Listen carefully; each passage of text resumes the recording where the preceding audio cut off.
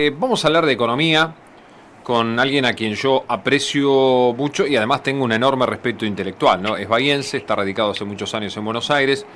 Ustedes lo han visto en todos los medios nacionales porque lo consultan permanentemente. Se llama Rodrigo Álvarez. Rodrigo, soy Daniel Ciampicini. Un gusto saludarte. ¿Cómo estás? Bienvenido.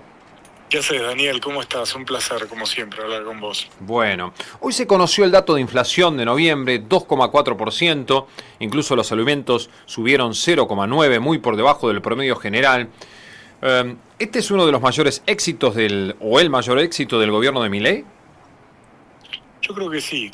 Eh, Él buscaba, el gobierno, digo, y él a nivel personal buscaba un dato y una dinámica contundente en este frente, porque entiende que es la manera de llegar a todas las familias en un contexto de una economía que hizo un ajuste formidable Ujú. en términos fiscales, en términos de política monetaria, en términos de corrección de las tarifas, en términos de normalización, si se quiere, de los desequilibrios más groseros. Y ahora a fin de año con esta cifra, la verdad que es muy alentador y le genera la posibilidad al gobierno de ir a buscar otro escalón que parecía difícil, ¿no? En varias oportunidades hemos charlado Sí.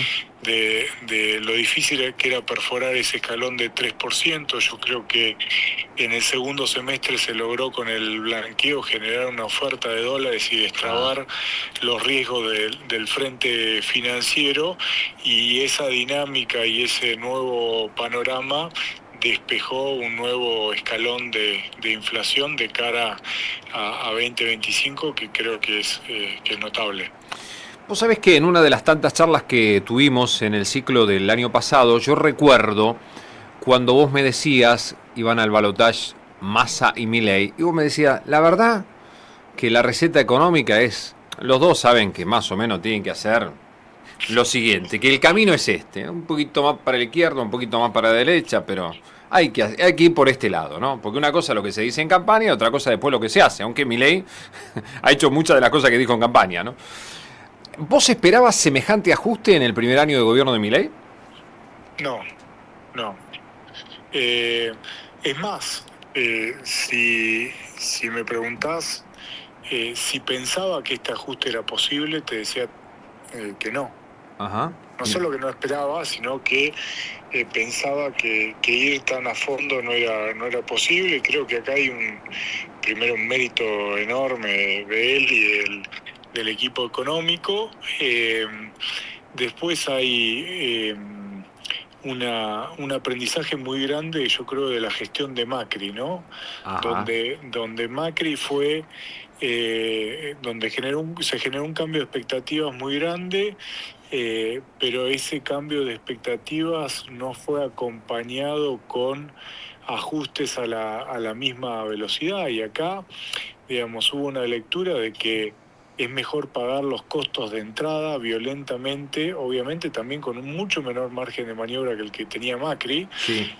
pero hubo una decisión también política de ir a fondo al principio, y creo que esa decisión hoy está rindiendo sus frutos, ¿no? Obviamente para las familias fue un año muy difícil, que tuvieron que absorber gran parte de la transferencia de recursos que se hizo en este caso del sector privado al sector público. Antes las tarifas las pagaba el Estado con emisión monetaria, ahora la pagan las familias, y eso resta capacidad de consumo en otros gastos Sí. de esparcimiento, vestimenta, bueno, que en última instancia genera una caída de la actividad. Pero me parece que acá hubo un mérito muy grande, y se empieza a ver luz al final Ajá. del túnel, y esto es lo que alienta al gobierno y genera buenas perspectivas para los inversores. Se empieza a ver luz al final del túnel. Desarrollame un poquito más esa idea. Digo, yo creo que las familias que absorbieron, estamos hablando de la clase media, clase media baja, eh, que en un principio de la gestión tuvo un golpe muy fuerte, por la suba de alimentos, no solo de la gestión, sino de lo que pasaba, digamos, en los últimos meses del gobierno iba a decir de Massa, de Alberto Fernández, Sí. pero bueno, era la gestión de Massa. Sí. Bueno, el aumento del tipo de cambio que impactó en alimentos, después la suba de tarifas, eso le pegó mucho al bolsillo de las familias. Ahora, digamos, el cimbronazo inicial fue muy grande y con el correo de los meses, cuando pasaste a tener inflación en alimentos en el entorno del 1%, digo, con los aumentos salariales y la recomposición salarial que se viene dando para todos los sectores de ingreso en los últimos meses, el poder adquisitivo en términos de alimentos está mejorando, bueno, las tarifas siguen siendo altas, pero ya representan un gasto un poco más afrontable, lo mismo que cargar el combustible en el auto. Es decir, de a poco los salarios le van ganando a la inflación y eso genera una mejora de la perspectiva de la familia. Por eso digo que hay luz al final del túnel, porque, digamos, de cara al año que viene, muy probablemente el gobierno, después de estos datos de inflación, baje el ritmo de evaluación del 2% al 1% mensual, con lo cual alimentos van a subir menos, la perspectiva de que tarifas suban también menos. Entonces, digo, los gastos que más castigan a las familias tienen perspectiva de crecer mucho menos que los salarios hacia adelante, y de esta forma generarle mayor capacidad de compra a las familias y una mejor percepción de la situación en general. Vamos a tener mucho menos inflación en 2025 que en 2024. Ni hablar, ni hablar. Uh-huh. Creo que la inflación, estos datos de inflación muestran que vamos a estar en otra dinámica, y que la inflación el año que viene, digo, no es que no va a dejar de ser un problema, pero yo creo que la preocupación de las familias no va a ser principalmente esa, va a ser otra, y de hecho ya lo reflejan algunas encuestas, que sigue siendo que pasa a ser la inseguridad, pasa a ser el empleo, pero no tanto la inflación, y eso es algo llamativo. Vos sos economista, no sos futurólogo, pero ¿se puede pensar en una inflación que ronde el 25 o 30% anual? Yo creo que sí, creo que el gobierno, pensémoslo al revés. A ver. Descompongamos la inflación en sus componentes. Alimentos y bebidas con una devaluación en el entorno del 1% mensual no debería tener sobresaltos. Combustible, sin un salto de precios que no parece ser el escenario internacional, no debería tener una dinámica preocupante. Tarifas, ya el grueso de la corrección se hizo, y hacia adelante la mayoría de las tarifas dependen más del tipo de cambio que de cualquier otro componente. Entonces, tarifas también debería estar relajado. Resto de los productos, bueno, ahí el gobierno está teniendo una política de apertura comercial que no tuvo ningún otro gobierno, para que la competencia de productos importados discipline el mercado interno. Disciplina es que le ponga techo, y de hecho hablo con muchos productores, digamos, y comerciantes argentinos que ya están incorporando en los precios de hoy la proyección o el costo de reposición con mercancía importada, y el precio hoy está bajando. Mirá. De esos productos. Entonces, digo, hay muchos elementos. Claramente el elemento que más va a pegar en la estructura de costos, o pegar por el lado positivo, que es lo que estábamos planteando antes, son los incrementos salariales. Que en las estructuras de mano de obra intensiva o de recursos humanos intensivos, bueno, los salarios en dólares van a tener subas significativas y probablemente muy por encima de la inflación en el promedio del año. Lógicamente, esto también hay que pensarlo a nivel de industria, sectores, no es lineal. Con esto te digo que la inflación, digamos, tiene una perspectiva muy alentadora para el año que viene. La salida del cepo será una realidad, dijo el presidente, y habló concretamente de 2025. ¿Vos lo crees factible en este contexto?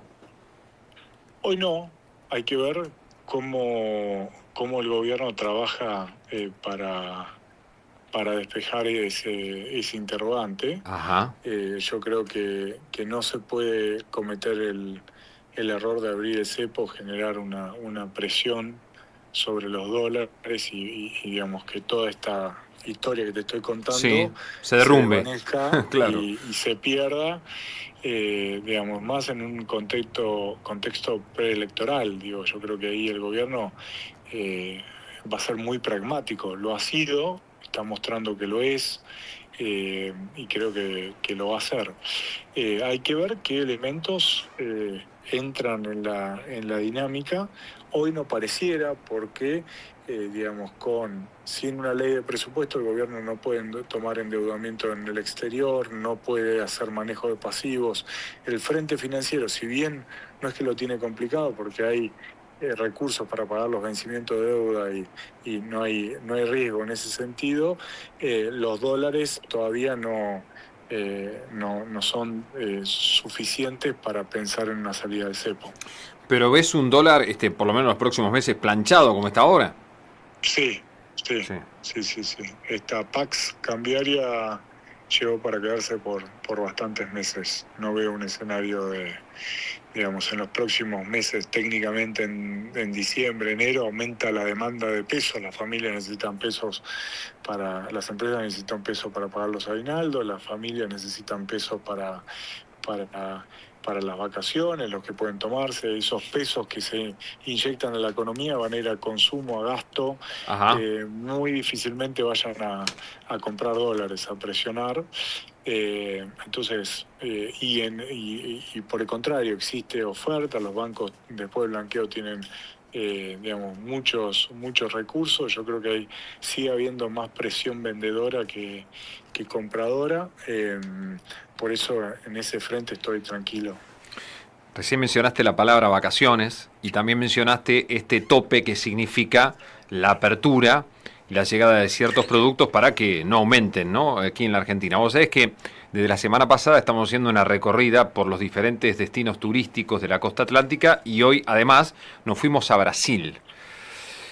Y hablamos con distintos agentes inmobiliarios y recién nos decían desde Miramar, y mira, hasta el 5 de noviembre veníamos bien con la reserva, pero devaluó Brasil y el efecto carioca se siente, ¿no? Vos fijate cómo también trabaja el mercado, cómo la gente cuida su bolsillo. A ver, el que va a Brasil es una minoría dentro del contexto que tiene la República Argentina y la situación social, pero también cómo se van detectando ciertas cosas, aprovechando ciertas realidades y cuidando al mango al fin y al cabo, ¿no? Claro, es así. Pero hay dos o tres particularidades de este Dale. contexto que se diferencia de otros momentos donde Brasil estaba barato y parecía que toda la gente, o el exterior estaba barato y toda la gente consumía en el exterior. El primero es que yo creo que hoy las familias argentinas están más preocupadas por recuperar el poder de compra en la Argentina Sí. que en salir y ir de vacaciones y gastar en el exterior. O sea, hay una necesidad del argentino de recomponer su holgura para el consumo local. Bien. Antes, te lo pongo en términos más gráficos, el gobierno subsidiaba las tarifas.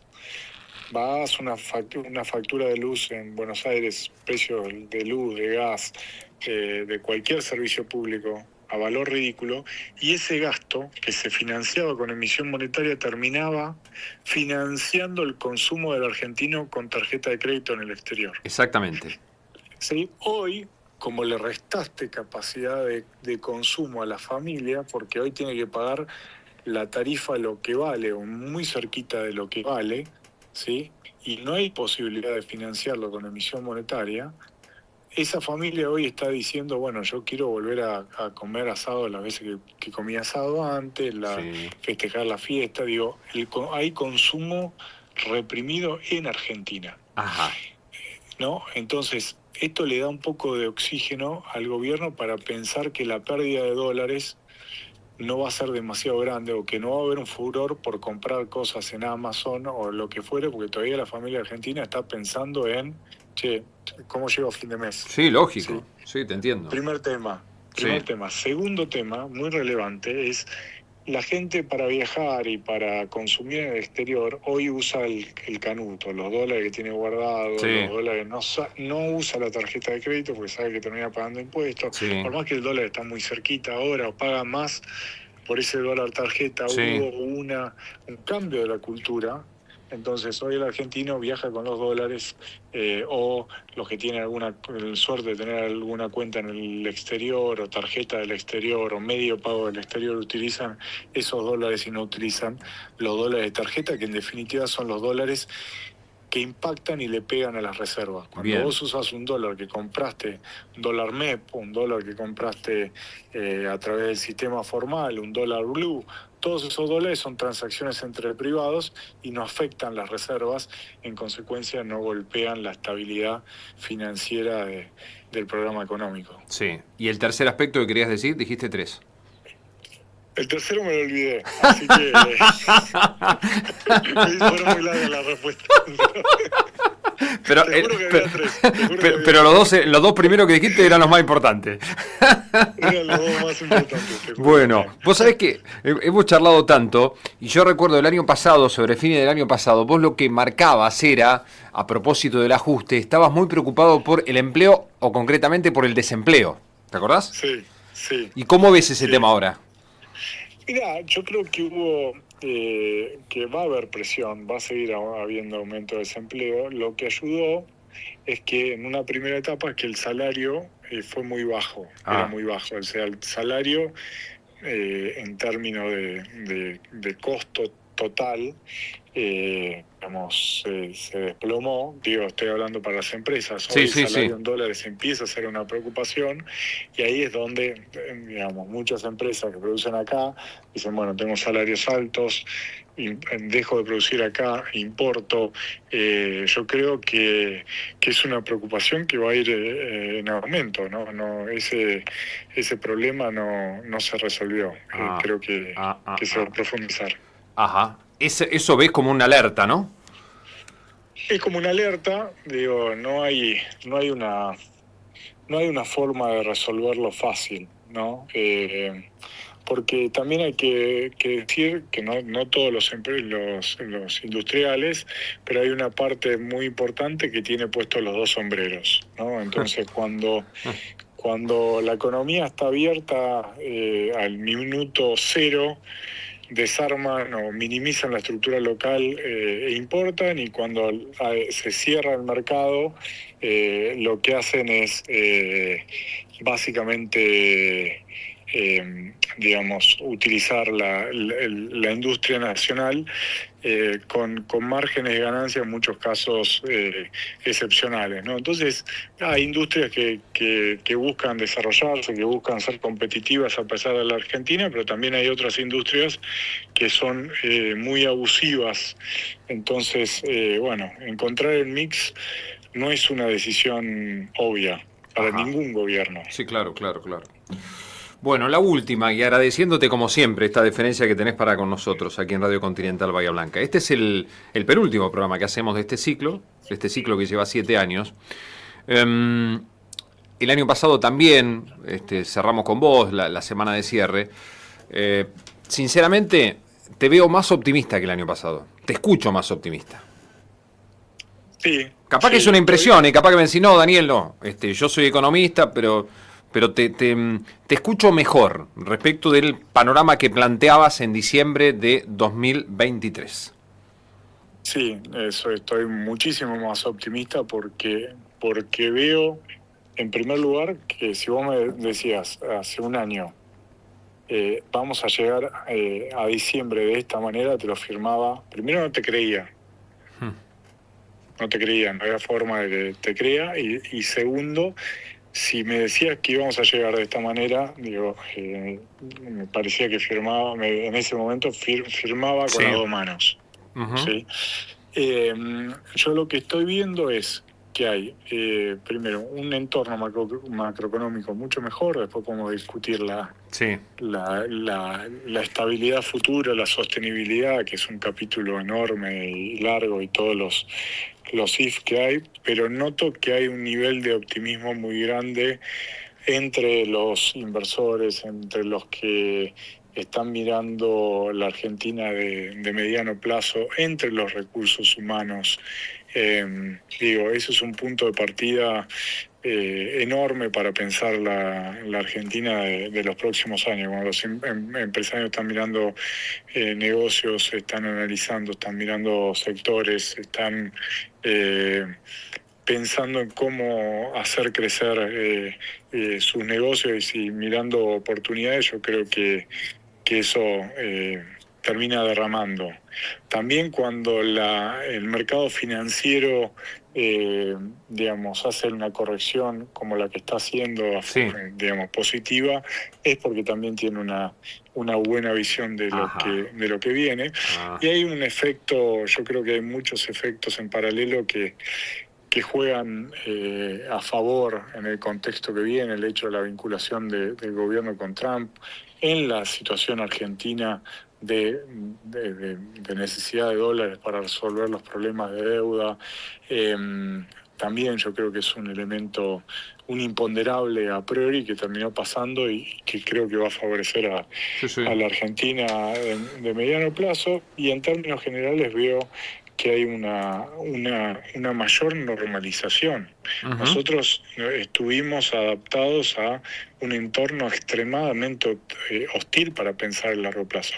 Sí. Ahora estamos hablando de 20% de inflación. Claro. El año pasado estábamos pensando niveles de inflación. La inflación es como es la punta del iceberg. Sí. Cuando vos decís, normalizaste la inflación y pasás a estar en el promedio de Latinoamérica, eso ya es un montonazo para todas las personas que tienen que tomar decisiones de mediano plazo, de inversión, de contratar personal, de vivir, ¿no? De las decisiones más básicas, ¿no? Después tenemos que hablar del crédito, de elementos que existen en el mundo y que en Argentina no están, y son básicos, ¿no? Uh-huh. Entonces, creo que para resumirlo, el horizonte de previsibilidad, el horizonte de visibilidad de la Argentina, en Bahía Blanca está nublado con lluvia, acá en Buenos Aires está despejado, el horizonte de visibilidad de la Argentina se está extendiendo y eso sin duda es bueno y por eso estoy más positivo. Abrazo grande como siempre, que termines de la mejor manera este año, buen 2025 y un cariño grande para el viejo, como siempre, que se lo respete y se lo quiere mucho. Un abrazo enorme y espero escucharte pronto y verte pronto. Dale. Como siempre. Gracias, Rodrigo. Te quiero mucho.